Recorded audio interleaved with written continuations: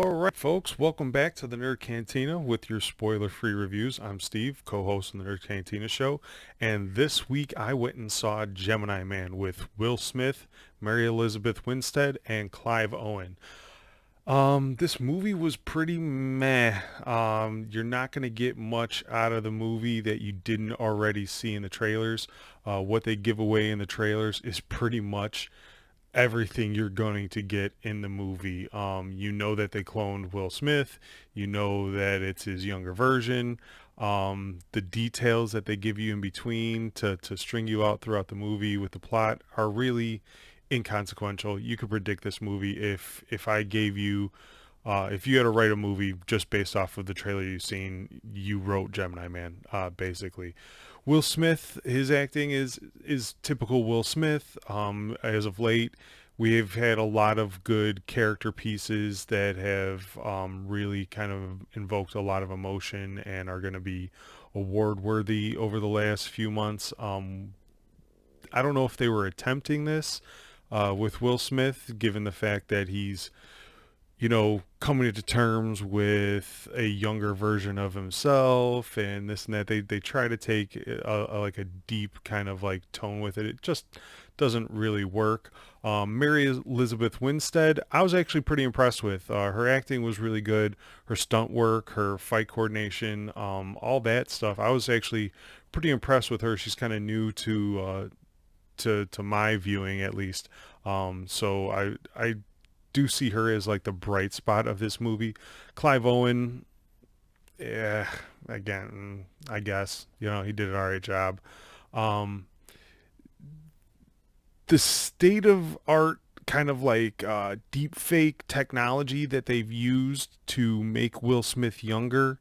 Um, Granted, when you see him on YouTube and you see these videos, it's kind of amazing to see how good it is.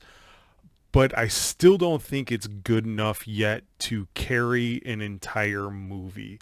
So every scene where Will Smith is going up against Will Smith, you drastically can tell that it's not even like a stunt man where they just duped over his face. It's full CGI that he's fighting with and that's chasing him down, and it looks like someone took a cutscene out of a video game and placed it in a movie.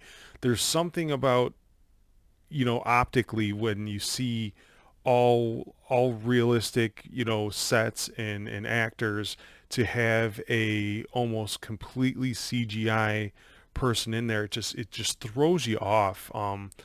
Again, it's good. The technology is good for those instances where you need it, but like they do with the Thanos. The Thanos isn't a real person.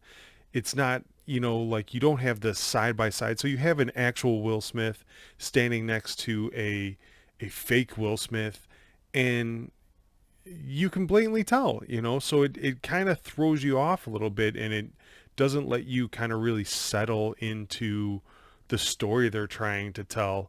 The story is also pretty plain. Like I said, you can pretty much write this script yourself just based on the premise that the trailer gives you. There's going to be no real twists and turns and like, oh well, I see where they're going here. Like, no, it's a plain out like, hey, we cloned this dude. He was a badass. We made him, another one because this badass is getting old as shit, and we wanted another young as shit badass. Uh, hey, Gemini Man. Like it's nothing impressive. Don't waste your time going to see it.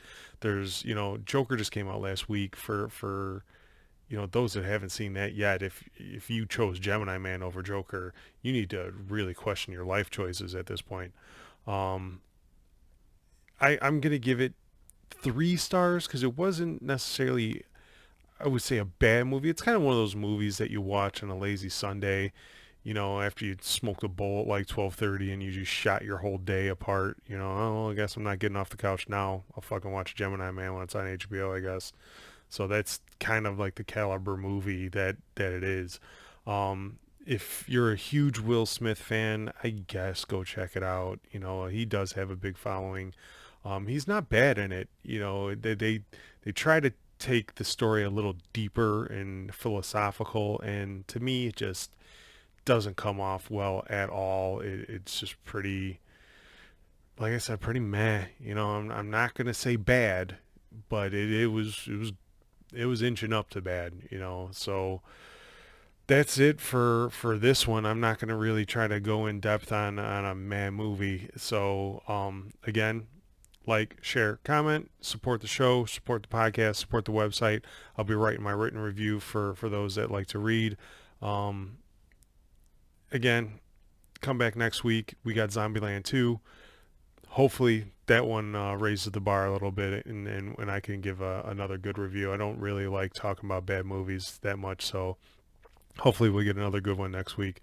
But until next week, I'll see you again at the Nerd Cantina.